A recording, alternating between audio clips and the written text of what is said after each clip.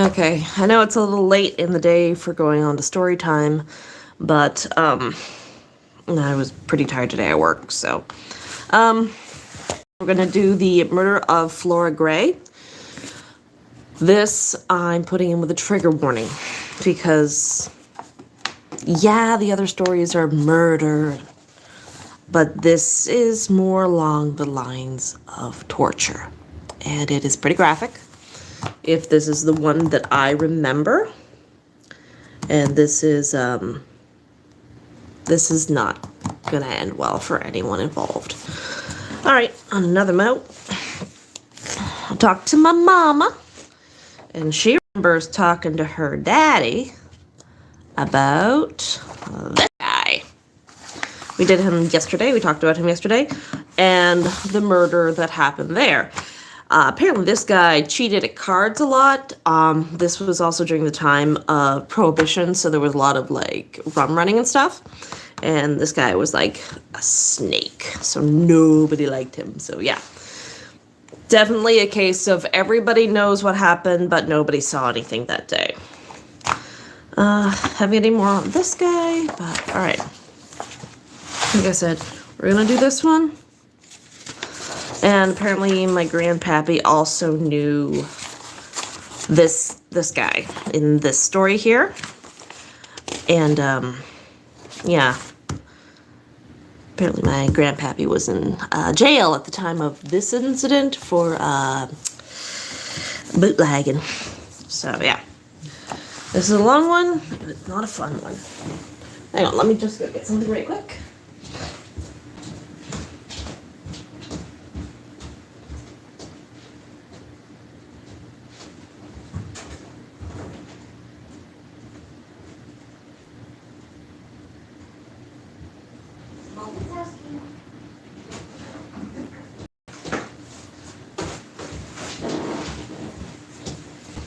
Sweetie.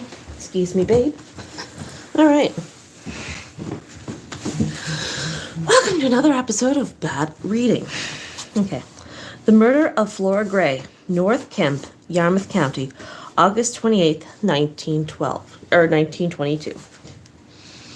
This has now been renamed Birchdale, and I have been here. It is a beautiful place, unfortunately. There was nothing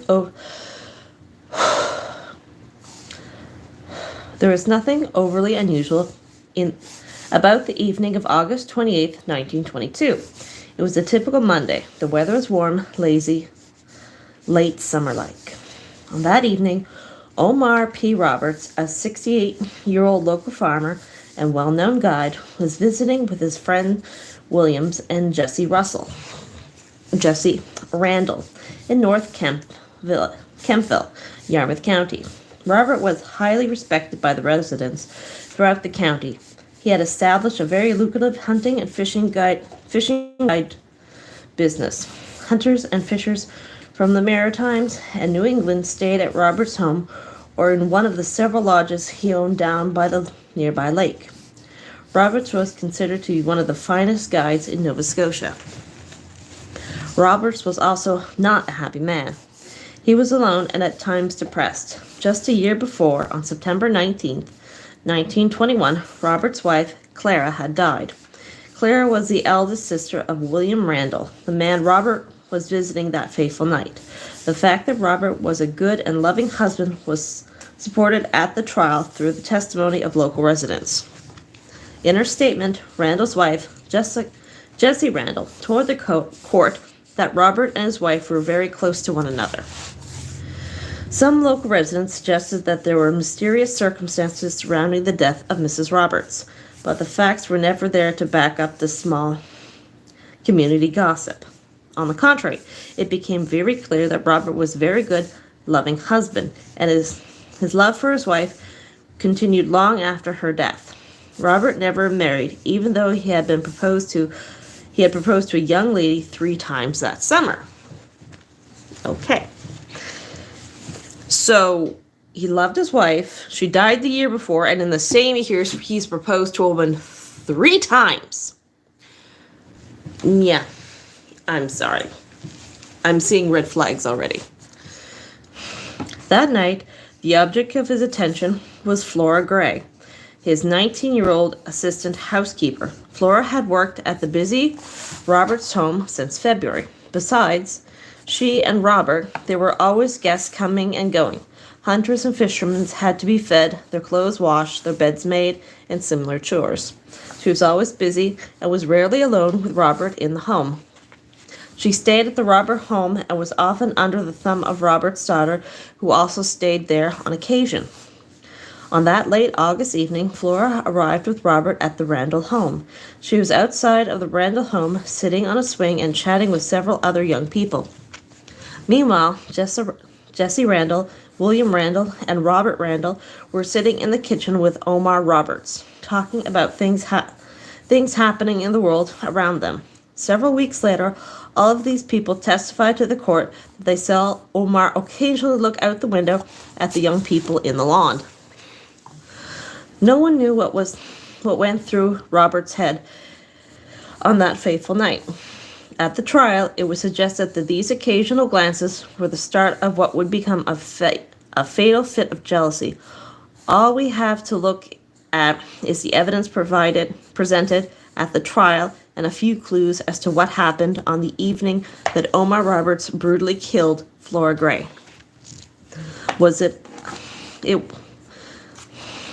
deliberate murder? A murder of passion? A murder brought on by insanity? The court said one thing, but was it another? So why would Robert even think of hurting Flora Gray? Local gossip suggested that they were having an affair and that he killed her in a jealous rage.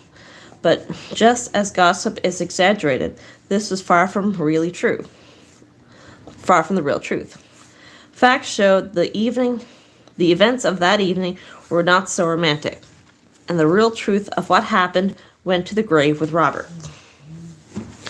The event of that evening spanned several hours. A little after 9 p.m., Omar Roberts got up from his chair and told the Randalls that he was heading home. This move broke up the discussion in the kitchen. Mr. and Mrs. Robert Randall and his cousin, Miss Olive Waite, also began to leave for home at the same time as Robert. On his way out, Robert stopped by the group of young people playing and chatting at the swing. He asked Flora if she was going home with him. She replied, "No, not just yet." She wanted to stay and chat with the... Woo! Are you okay?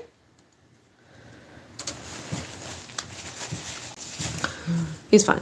You're fine? You're fine. Okay. Good. Not just yet. She wanted to stay and chat longer with the young people. Robert then quietly left for home at 9:30 p.m. His home only half a mile from Randall's.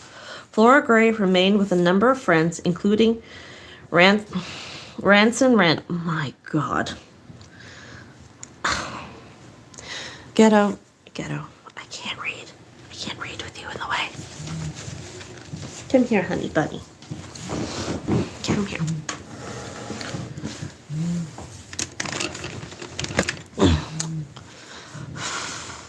Excuse me a moment. Come here. Come off the table. Come off the book. Come on.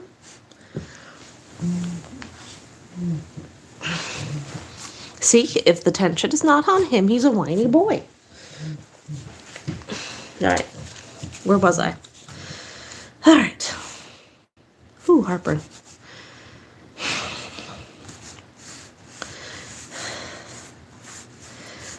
His home was only half a mile from the Randalls.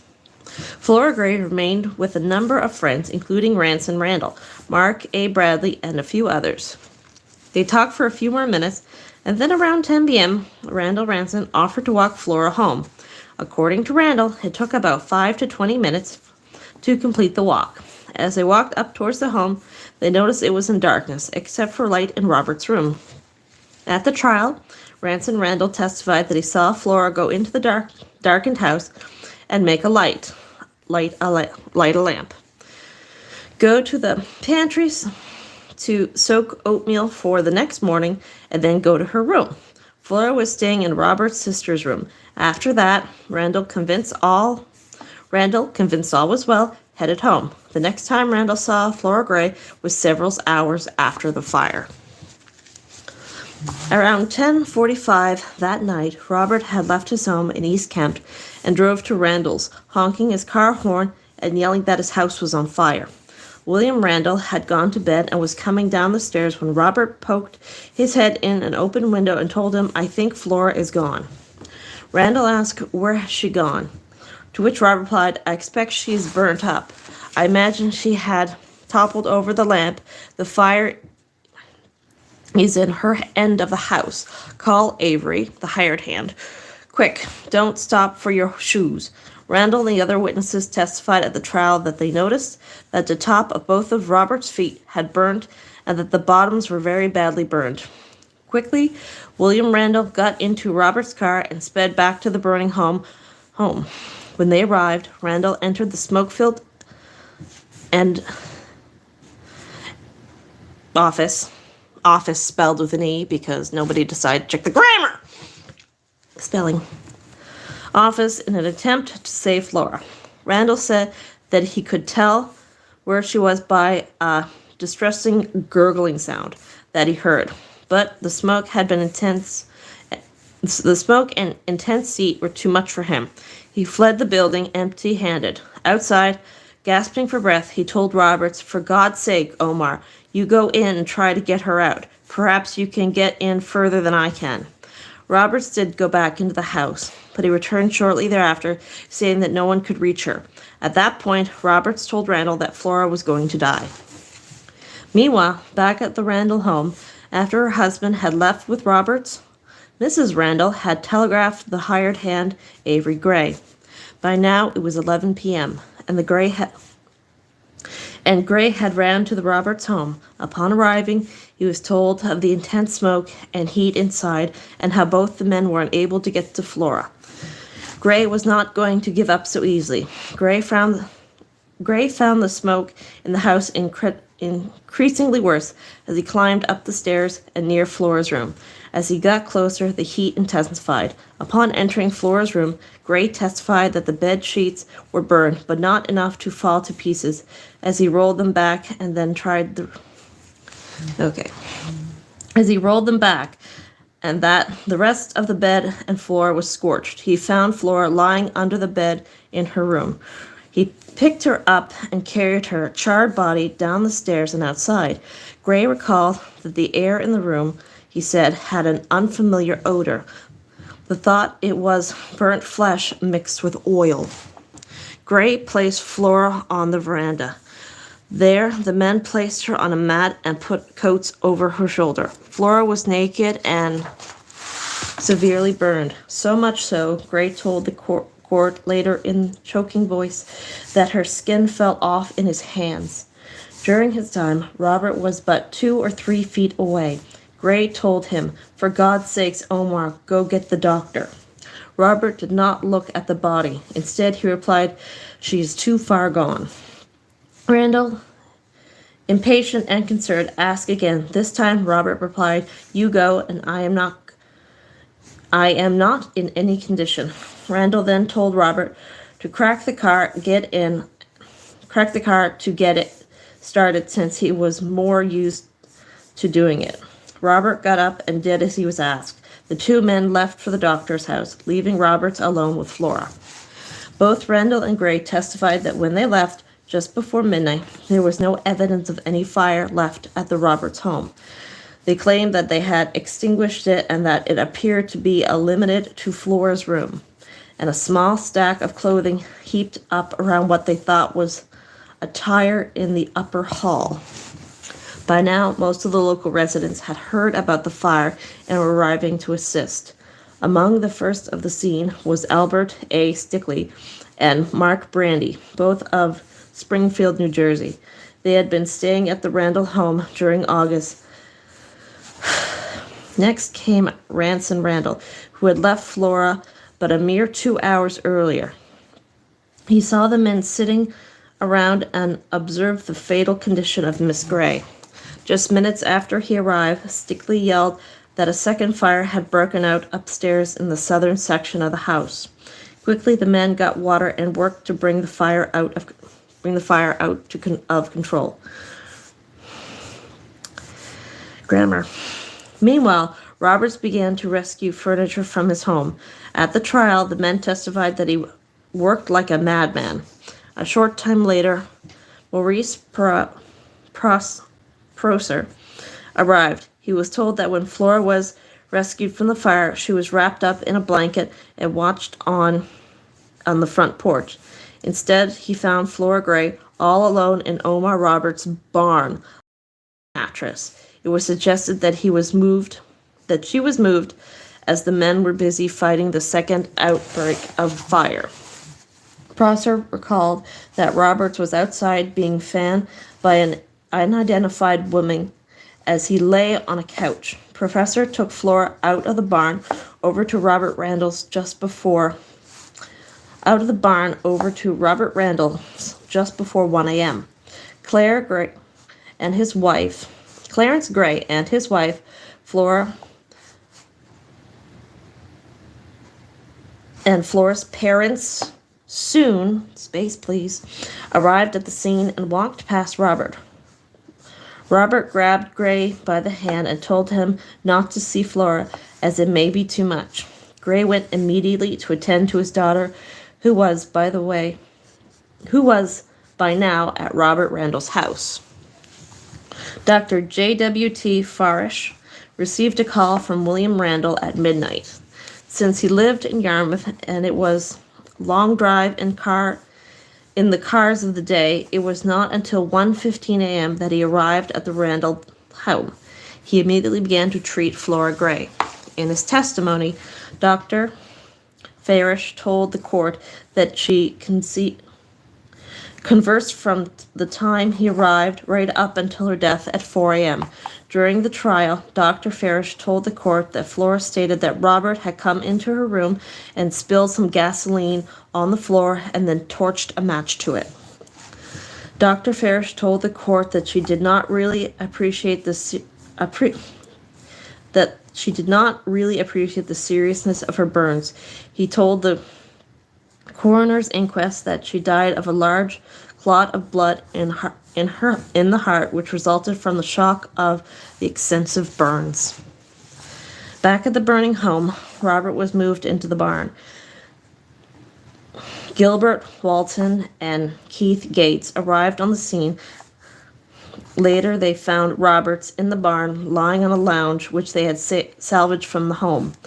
They treated Robert's burns with kerosene oil and asked about Flora Gray. That's not kerosene. Kerrion, Karen oil. They inquired what was being done to ease her suffering. Robert stated nothing, because she was dying and that she had been taken to William Randall's. They asked about Robert's, how the fire started, and got no reply. By now the house had almost burnt to the ground. Walton testified that when he arrived, the fire had destroyed the eaves of the house. The main section was in flames, and part of the roof had fallen in.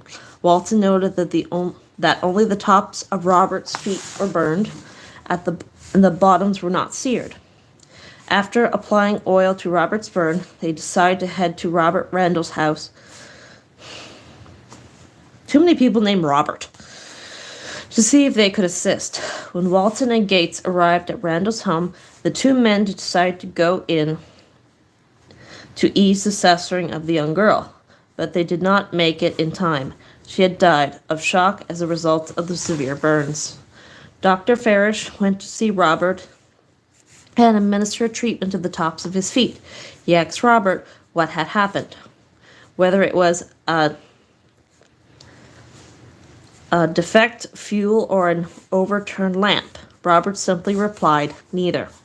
Meanwhile, in Yarmouth Town, Crown Prosecutor another fucking Robert, McKay, CK, had been told of the unfolding in North Kemp. He called James McMillan, a provincial constable, early in the morning of August 29th and ordered him to North Kemp right away. McMillan arrived in Kemptville at about 1:50 a.m. and went to the Roberts home immediately and arrested Roberts. Last name Roberts. The culprit was named Roberts. First name was Roberts, so that's fun. According to reports, McMillan fast accusations may have stopped another ugly incident from occurring in the community. Upon his arrival, McMillan noted that residents were very angry at Roberts. Flora was dead. The home burned, and anger was brewing. McMillan locked Robert in the barn for his safety. He settled the situation, assured the people that gathered that justice would take its course. A few hours later, Robert went quietly to Yarmouth County Jail. En route, Robert asked if Flora was still alive, and the constable informed him that she was dead. Robert told him that he knew that she had gained consciousness before her death, but was unsure as to what was said to those gathered around her. She called you out for burning her alive, you fucking twat. Hang on, I need some Tums.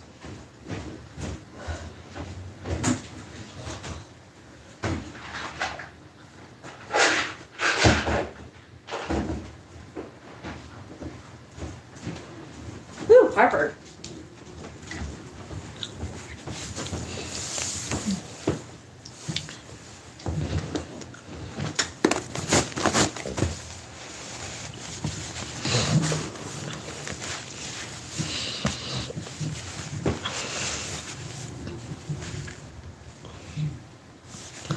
One of the questions going through everyone's head that evening was what had really started the fire. Ralph Ring of Kemptville, a trucker, cleared that up in his testimony to the court.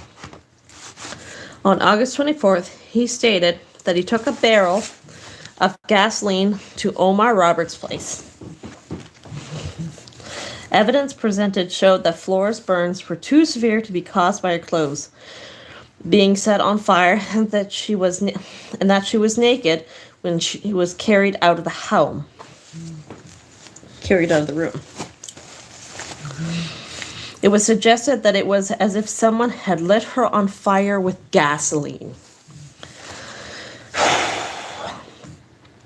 One fact that makes this story sensitive is that Robert did not manage to kill Flora quickly.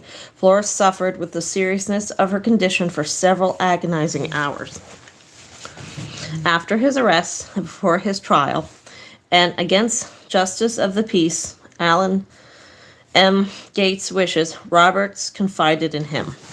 Roberts stated he did not know why he committed the awful deed, and he stated that he set the room and Flora Gray on fire.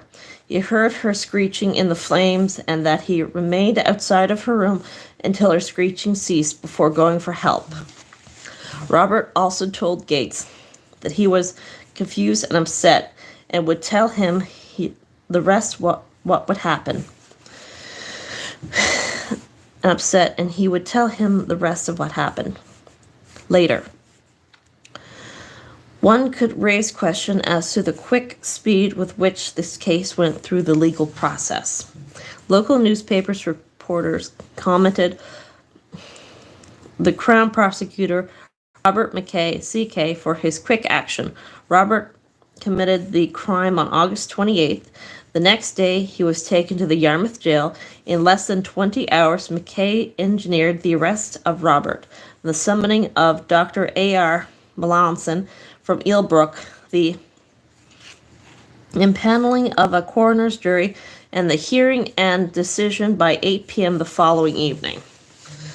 The coroner inquest found that Flora Gray's death was caused by the severe burns resulting from the incident of that fateful Monday evening, and further, it charged Omar P. Roberts for the crime.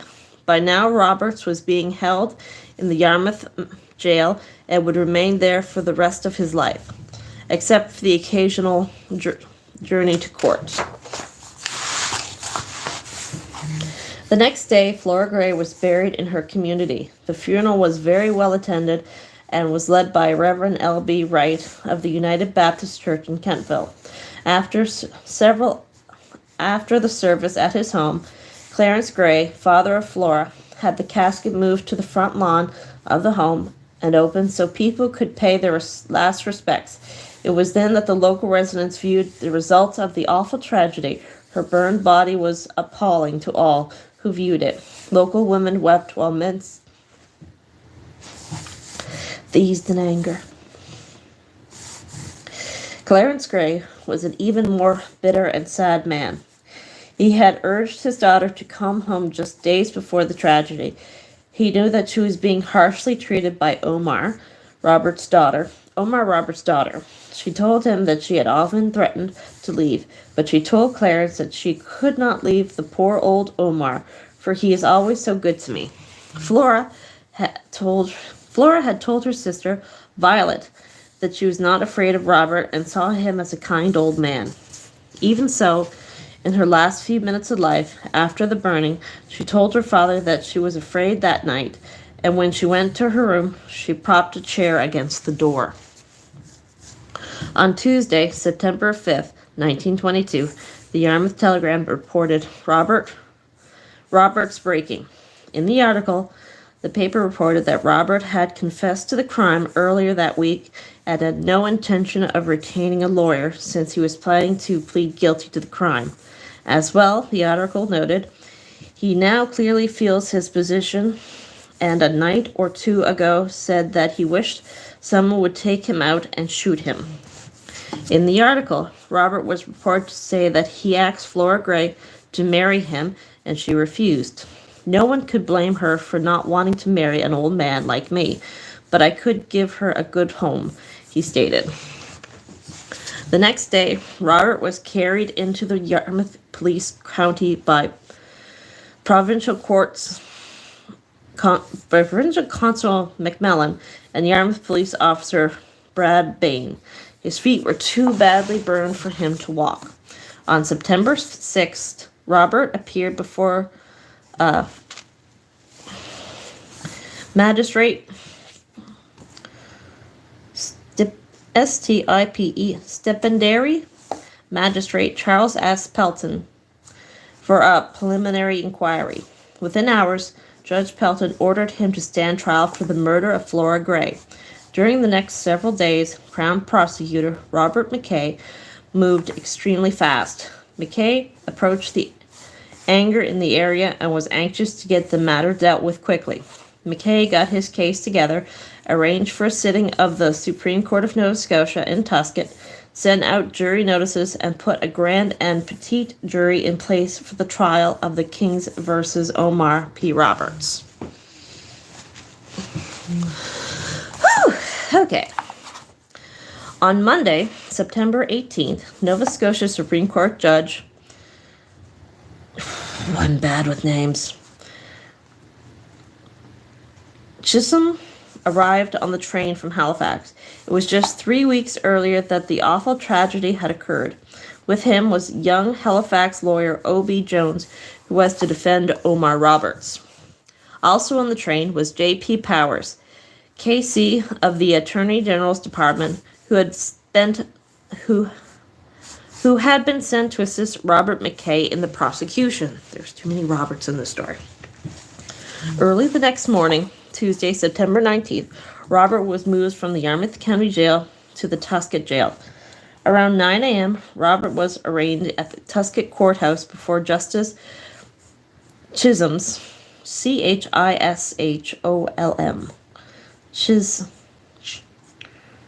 Chisholm's? From Nova Scotia Supreme Court.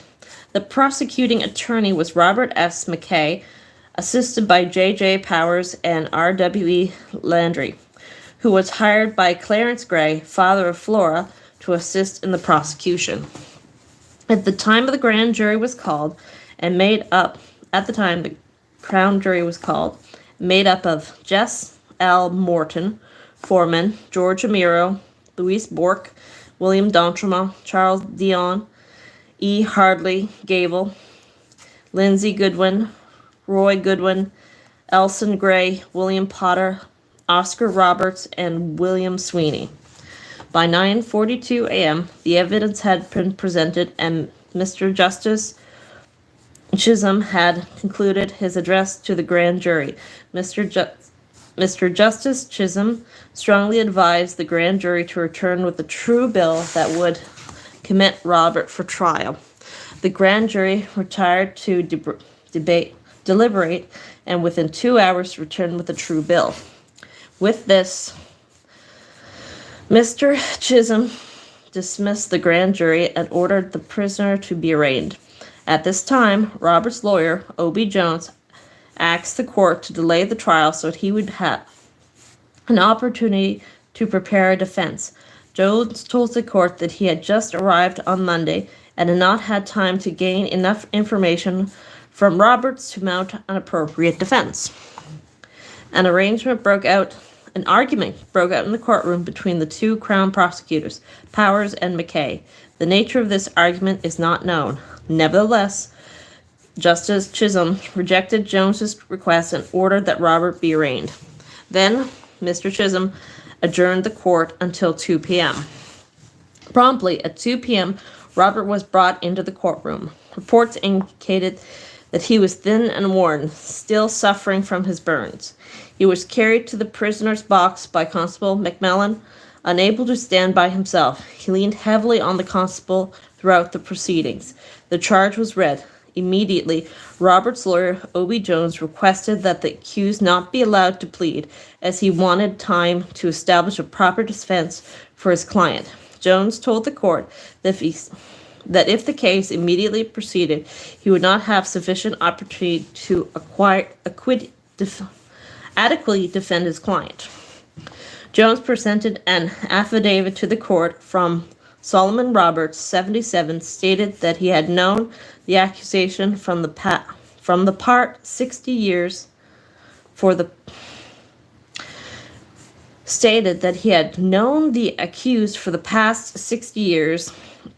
and that had an unmistakable character. Solomon Roberts stated that the accused must have been insane when he committed such a deed.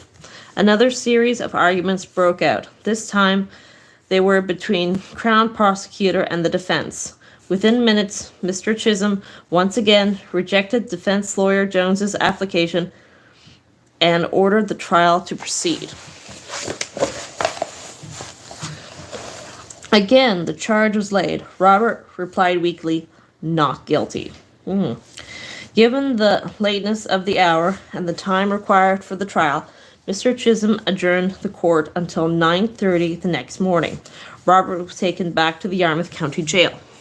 On Wednesday, September 20th, 1922, just 3 weeks after Fiona Gray was laid to rest, Peter jury was implemented to hear the case of King versus Omar Roberts. The jury consisted of Bernard Ryerson, Simmons Amiro, William Bourke, John Doucette, Thomas Doucette, John Graves, Arthur Hatfield, Frank LeBlanc, Peter Muse, Joseph Potter, Everett Purdy, and George Purdy. And all 18 witnesses testified, stating that the time of the court went into session was 9:30 a.m. During the day-long trial, much of the stories previously described came out, along with some new evidence being presented. Ranson Randall testified that Omar Roberts arrived at William Randall's a few evenings before the tragedy. At the home was Flora, an honest girl, and a few others.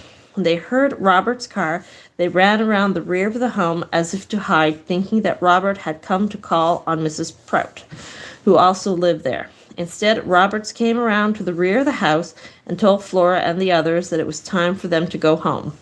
Flora resisted. Roberts grabbed Flora by the arm and led her to the car, and she got in. Randall wished her a good night, but there was no response. He told the court that Roberts muttered something to which he could not understand. Oddly, after Roberts turned the car around, Flora got out and returned to the home. She jumped out of the car. Other witnesses testified that Roberts did not treat Flora in a harsh manner, and they suggested that there was some personality conflict between Ransom Randall, and Omar Roberts. Ransom's father, Robert, told the court, Jesus, every time you hear the word Robert, take a shot, that Omar Robert had treated Ransom quite badly all summer and suggested that there was a rivalry between the two.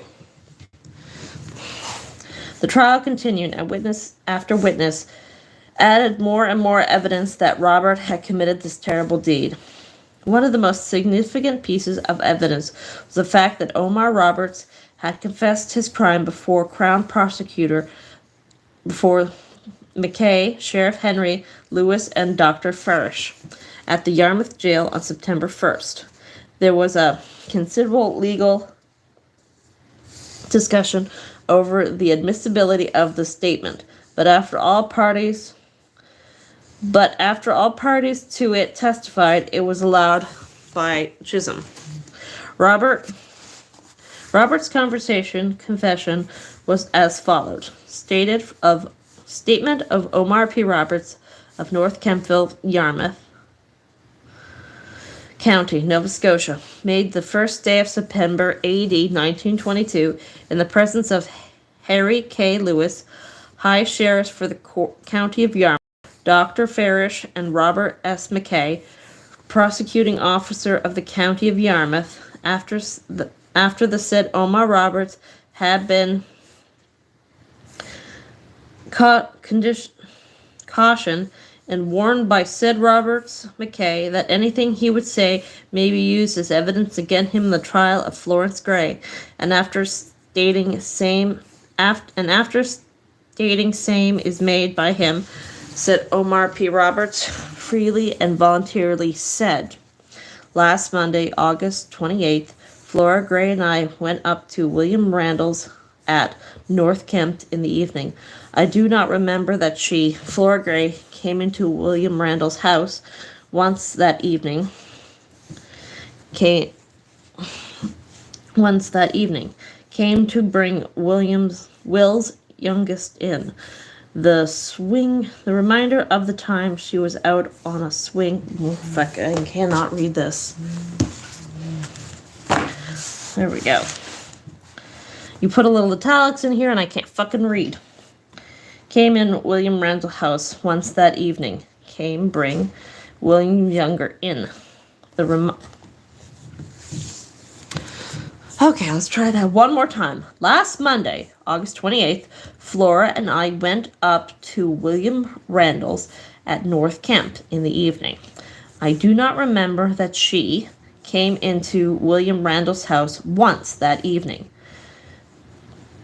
Fucking hell. Came to bring William's youngest in. Yeah, that sentence is fucked.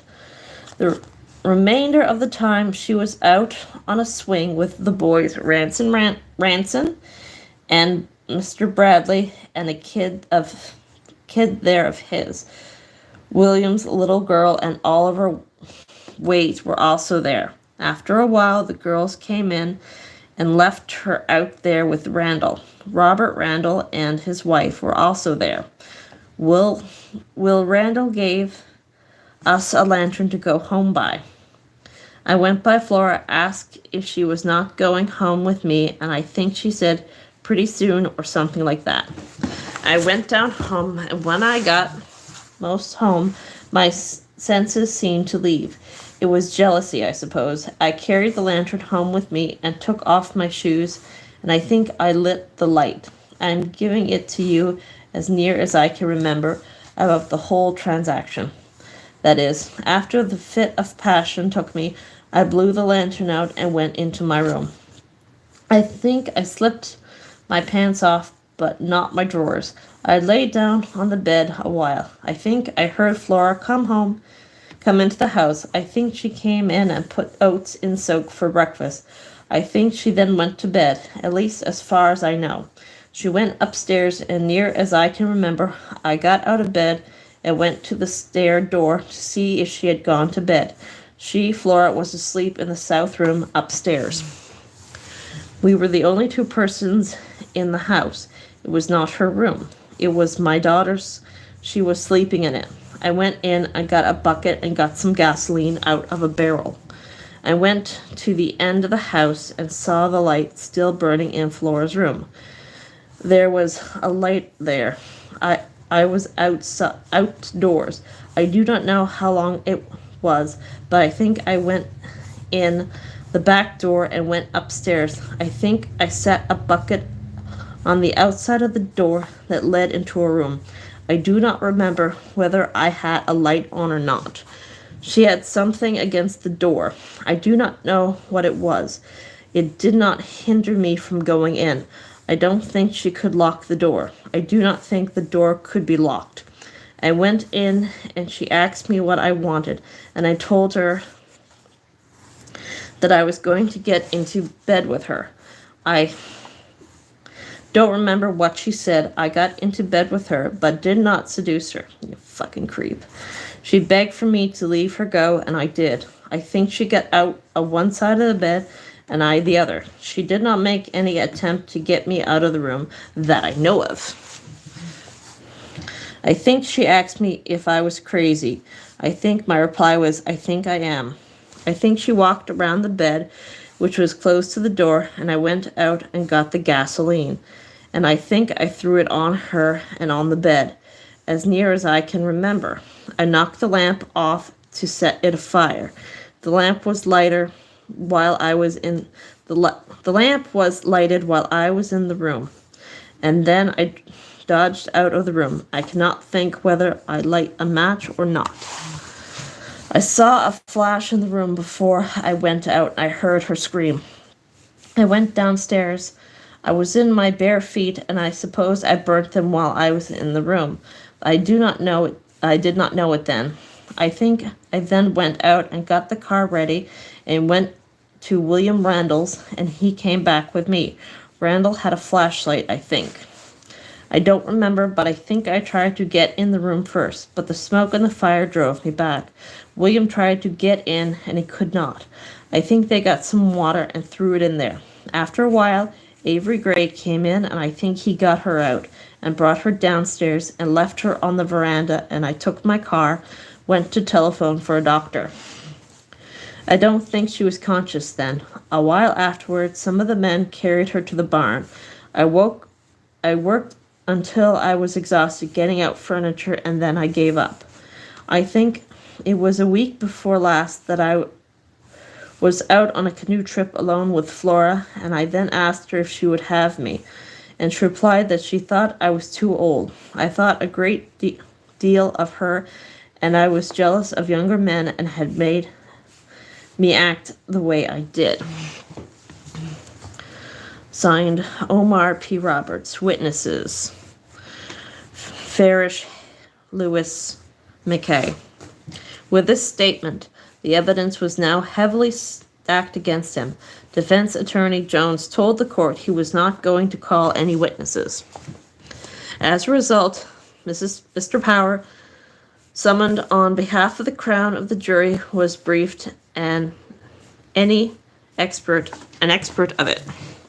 The evidence submitted by the Crown has been given in fair, straightforward, and imperiled manner. The evidence throughout has been most cogent and discreet, particularly that which thought Mr. Gate came from the prison himself, and also the presented by Dr. Farish. Sheriff and Crown Prosecutor McKay, your duty in support of the oath taken this morning is to render a true verdict in accordance with the evidence placed before you. British justice demands that no man's property, let alone his life, shall be injured without a full and imperative hearing. Since Defense Attorney Jones had not called any witnesses, he was the last to speak to the jury. Jones had been sent by the Nova Scotia Attorney General to represent Roberts and to ensure that he had a fair trial. In his plea to the jury, Jones noted the amount of publicity given this case throughout the nation.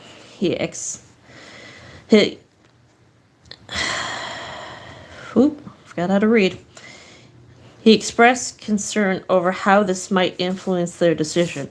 He commented that Roberts did plead not guilty to the crime, and in his statement gave to the Crown Prosecutor McKay on September 1st, he had used the words, "I think," 19 times. The prisoner pleaded not guilty, and by doing so placed himself upon his country.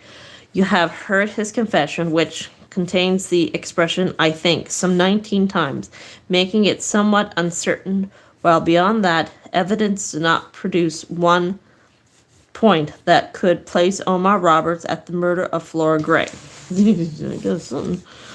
A confession may not always be conducive to the real facts and may be made at times to protect another person, or it may be that of a man whose having lost all this world may hold dear to him and want to rid himself of it further trials and troubles. Jones then added, Many years ago it was found that man kills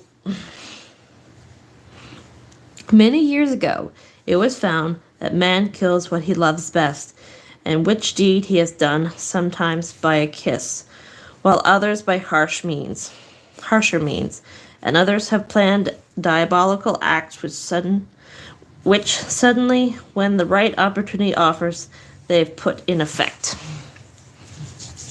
That's not convincing. Throughout his statement to the jury, Jones questioned the evidence and witnesses. He raised concerns over the statement. He wondered how Ransom Randall saw so much in the house, especially the fact that Flora made a light, put the oatmeal in to soak for the next morning. Next morning's porridge, then go to her room, all the while standing outside. He questioned the speed that Robert moved to get help and wondered if this would have happened if he had planned the act or would have not simply allowed home to burn. Then he asked the jury to consider another possible scenario. Would it not be possible for the fire to have originated by Flora attempting to clean her clothes with the aid of gasoline, and in some way set the liquid afire, which would instantly go into a mass of flames? I don't know anyone who cleans clothes with gasoline. Jones finished his statement by asking the jury to consider whether it seemed reasonable for a man in a fit of jealousy to destroy the good works of a lifetime. Even though Jones had raised the question, the jury deliberated for just 32 minutes, and at 5:55 p.m. on the very same day they were sworn in as jury, the men returned with a guilty verdict. As a result, Omar P. Roberts was convicted and sentenced to death by hanging. In the days and weeks before his death, he prayed and begged forgiveness. Before 7 a.m., Omar Roberts was hanged on November 24th, 1922, in the Yarmouth jail. He died instantly. Omar Roberts' last statement was given through Reverend Marshall S. Richardson, pastor of the Zion Baptist Church. Reverend Richard and his wife spent considerable time with Roberts in his final days. Omar Roberts' last statement. I, Omar Roberts, wish to leave this statement to the public. My troubles began September 1921 when I lost my wife. Since then, by times, I have not been in a normal state of mind and am doubtful as to whether I am responsible for the act that has brought me here to where I am. I wish to express my thanks to the friends who have so kindly helped me by letter, visitation, or otherwise. I especially thank Sheriff Lewis, jailer, and Mrs. Smims for their tender care and thoughtfulness. I have tried to answer all the kind messages sent to me. My head is now so bothering me that I cannot answer a few recently received. Mr. Richardson will do this for me. I have failed because of not living according to God's word. May I advise you all to take in God's word as your guide. Hid it in your heart. Hide it in your heart. and you will not sin against him. Do not let enemies of your soul creep in by degree until you at last make up. Oh, this is a long one. Plunge to destruction. To God I have committed my soul, having, I believe, received pardon for my sins through Jesus Christ, my Savior. I go forward to the end without a doubt in the forgiving mercy of my Savior. It is a great relief to know that I am going to join my loved ones gone before. I go forward knowing that I go forward knowing that while the law can kill my body, it cannot kill my soul. Fuck you. The case of Omar Roberts is one of the more sensitive cases in Yarmouth County. It is a case that has hurt a great many people in the community north of East Kemptville. The intent of the story was to present facts of the entire case in an accurate manner according to reports of the day and county records. In research this story, there was a considerable amount of local color which came up due to the fact that much of this was unsubstantiated. It was decided that the only actual report in the local newspaper and the court documents to be used as the primary source for this story. Our intent is to put the record straight. I have heard a lot of this one growing up. I definitely think he did it. As for the good question that was brought up by his defense, I'm probably going to say that Fake was probably looking through the window and watched through all this. But he was buried at the graveyard. But they had to do it at night because everybody was so angry at him, at Omar, that basically they wanted to, like, quarter him. Just, burn him alive or dead or just cremate the bastard. They just wanted to, And so he was actually buried by his wife, and he was in an unmarked grave for years, and nobody even knew he was there because they had to bury him at night. And I think it's like only been the last couple of years that they actually bothered to put his name on his gravestone. Yeah, like the rumors went around that she was sleeping with him and, the usual thing. I heard, when I heard this story, that he had tied her to the bed, and then then doused her in gasoline and then set the bed on fire. But even if the question came up as to how Randall knew that she had put oats on and then gone to bed, it doesn't change the fact that Flora said that Omar did this to her.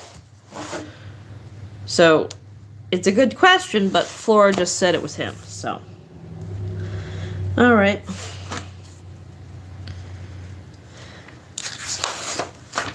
Anyway, that is another one down. That is a big one. And the next one we will be doing will be the murder of Dear God, I can't read. Not Teresa. Heck. I knew her name yesterday. Alright, well, I'm doing this another night, but I'm going to take a break right now. So, if you stop by, thanks, and I'll see you at another time.